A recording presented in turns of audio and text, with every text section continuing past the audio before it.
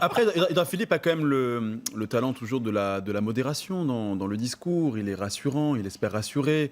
Là où des députés peuvent pécher par leur arrogance, il est vrai. Vous avez rappelé celui qui a utilisé l'expression de gréviculture, Gabriel Attal, qui est porte-parole De la République En Marche.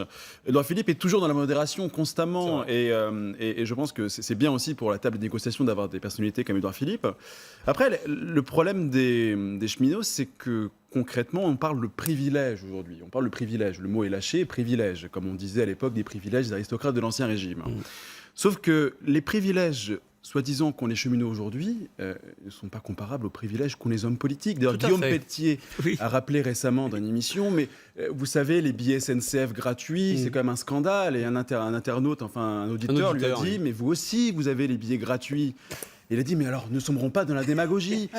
Et vous voyez, il y a une forme Pas pour toute la famille non plus, pas pour la belle famille. Le spectre n'est pas le même. C'est plutôt ça. Non, là, il n'y a pas de problème. Non, mais c'est plutôt ça qui est dénoncé sur les billets 6 000 gratuits. euros, par contre, ils touchent 6 000 euros, je pense, les députés. Non, mais donc, si vous voulez, un type qui on touche peut 6 se 000 renvoyer euros... toutes les situations. Enfin, excusez-moi, un député qui touche 6 000 euros, Ancien avec un parlementaire transport, ça vous pose pas de problème qu'il critique les cheminots parce que leurs parents ont 4 billets à l'année? Peut-être qu'il y a des abus, peut-être que ça arrive, Benjamin Hamar. C'est pas complètement tabou. C'est incroyable. Moi, je trouve juste que le mot privilège est un peu fort en ce qui concerne les cheminots. C'est pas non plus des footballeurs, c'est pas non plus des députés. Mais bien sûr. Il n'est pas question de privilèges, ni fiscaux, ni judiciaires, ni financiers.